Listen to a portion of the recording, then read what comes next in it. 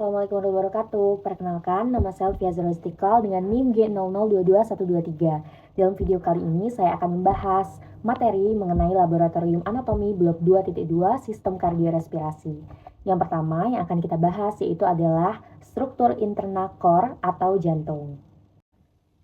Ini adalah atrium dexter. Atrium dexter merupakan ruang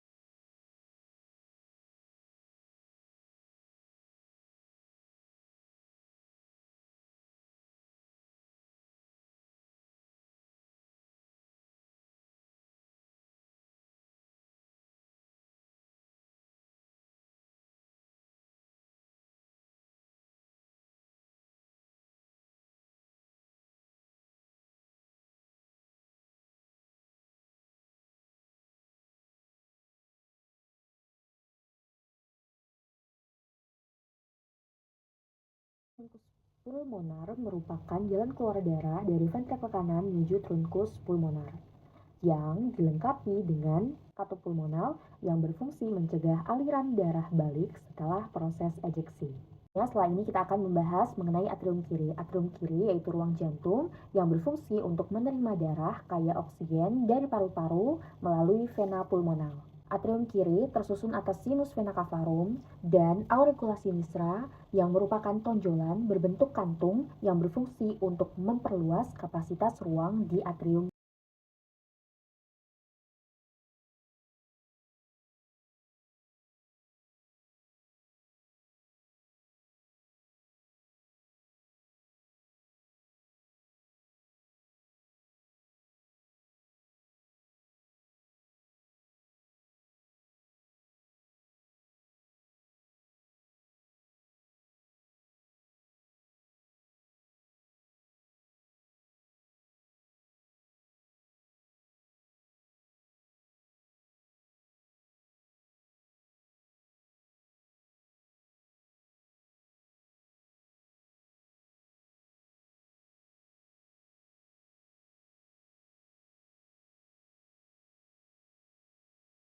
Kita akan membahas mengenai ventrikel kiri jantung. Ventrikel kiri jantung bertugas untuk memompa darah yang sudah teroksigenasi ke seluruh tubuh.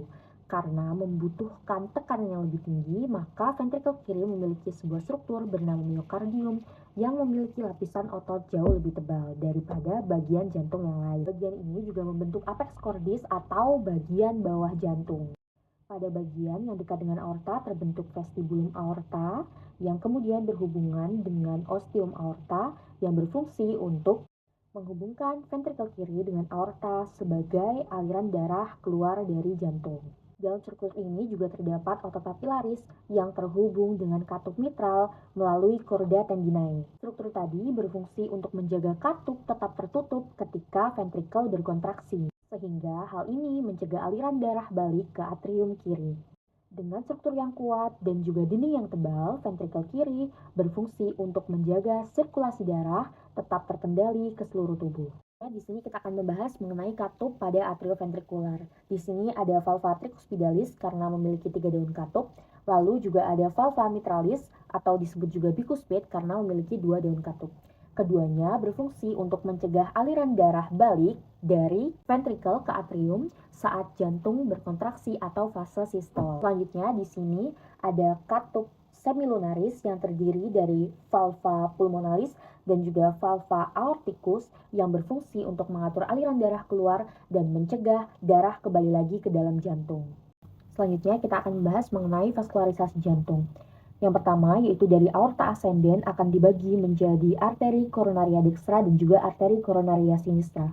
Pada arteri coronaria dextra akan dibagi menjadi ramus nodus SA, kemudian ramus marginalis dextra, dan juga ramus PDA atau intraventricularis posteriores. Lalu pada coronaria sinistra akan dibagi menjadi ramus intraventricularis anterior atau LAD yang dilanjutkan ke rami lateralis, dan yang kedua yaitu ramus circumflexus yang dilanjutkan ke ramus marginalis sinistra.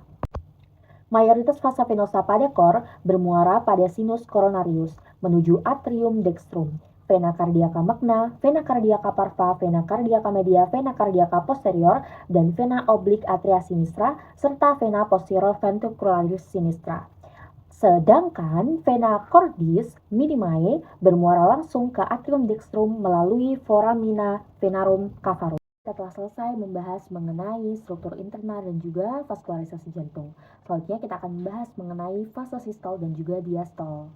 Fase sistol terjadi saat ventrikel berkontraksi dan menyebabkan katup bicuspid dan juga katup mitralis atau tricuspid menutup. Kemudian katup aorta dan juga pulmonal terbuka menyebabkan darah dipompa dari ventrikel kiri ke aorta dan dari ventrikel kanan ke arteri pulmonal. Sedangkan diastol terjadi saat ventrikel relaksasi.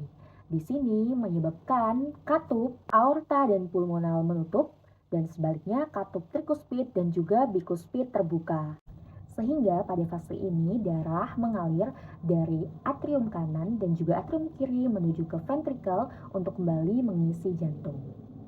Baik, pada video kali ini telah selesai pembahasan kita mengenai jantung, yaitu struktur internal, vaskularisasi, dan juga bagaimana mekanisme fase sistol dan juga diastol. Saya Lutfia Zahra Istiqlal, mohon maaf apabila ada salah-salah kata. Terima kasih. Wassalamualaikum warahmatullahi wabarakatuh.